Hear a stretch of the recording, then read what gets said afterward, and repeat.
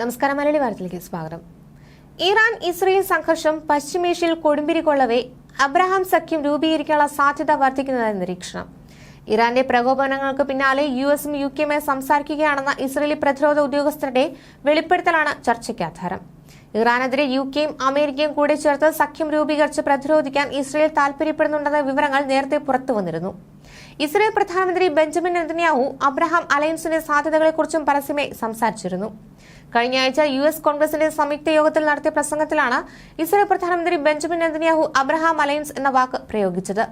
നാറ്റോയുടെ മാതൃകയിൽ ഇറാനെ ലക്ഷ്യമിട്ട് അബ്രഹാം അലയൻസ് എന്ന പേരിൽ ഒരു പുതിയ സൈനിക സഖ്യം രൂപീകരിക്കുമെന്നായിരുന്നു ബെഞ്ചമിൻ നെതന്യാഹു നിർദ്ദേശിച്ചത്. ഞങ്ങൾ ഇറാനുമായി യുദ്ധം ചെയ്യുമ്പോൾ ഞങ്ങൾ അമേരിക്കയുടെ ഏറ്റവും തീവ്രവും ദുഷ്ടനുമായ ശത്രുവിനോട് പോരാടുകയായിരുന്നു എന്നാണ് നെതന്യാഹു പറഞ്ഞത്.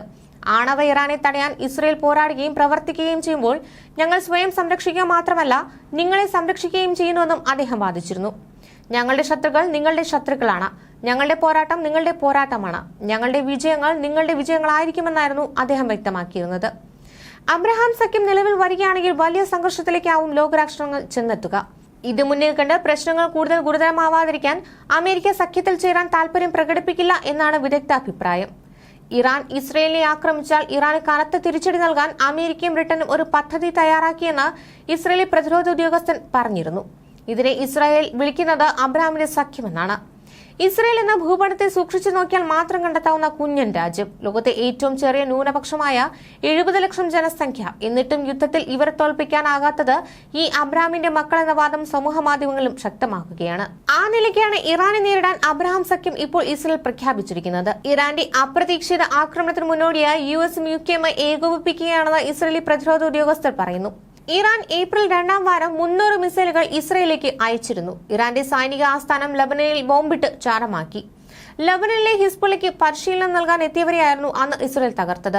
ഇതിന്റെ പ്രതികാരം തീർക്കാൻ ഏപ്രിൽ ഇറാൻ ഇസ്രയേലിലേക്ക് അയച്ച 200 മിസൈലുകളും നാറ്റോ സഖ്യമാണ് ആകാശത്ത് വെച്ച് തകർത്തത്.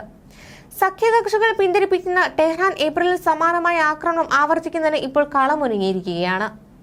നോർത്ത് അറ്റ്ലാന്റിക് ട്രീറ്റി ഓർഗനൈസേഷൻ ചുരുക്കമാണ് നാറ്റോ. 1949 രൂപ കൊടുത്ത സൈനിക സഖ്യത്തിൽ Britain, France, Canada, Belgium, Denmark, Italy, Iceland, Luxembourg, Netherland, Norway, Portugal എന്നിവയായിരുന്നു സ്ഥാപകാംഗങ്ങൾ. അംഗരാജ്യങ്ങളിൽ ഏതിനെങ്കിലും നേരെ സായുധാക്രമണമുണ്ടായാൽ പരസ്പരം സഹായിക്കുമെന്നതാണ് നാറ്റോയുടെ പ്രമാണം. 2ാം ലോക മഹായുദ്ധാനന്തരം സോവിയറ്റ് യൂണിയൻ യൂറോപ്പിലേക്ക് വളർന്നു തടയുക എന്നതായിരുന്നു നാറ്റോയുടെ യഥാർത്ഥ ലക്ഷ്യം. സോവിയറ്റ് യൂണിയൻ തകരുമ്പോൾ 16 രാജ്യങ്ങൾ മാത്രമുണ്ടായിരുന്ന നാറ്റോയിൽ ഇന്ന് 30 അംഗങ്ങളുണ്ട്. 2020 അംഗത്വം നേടിയ മാസഡോണിയയാണ് നവാഗതൻ. ന്യൂസ് ഡെസ്ക്, മലയാളി വാർത്ത.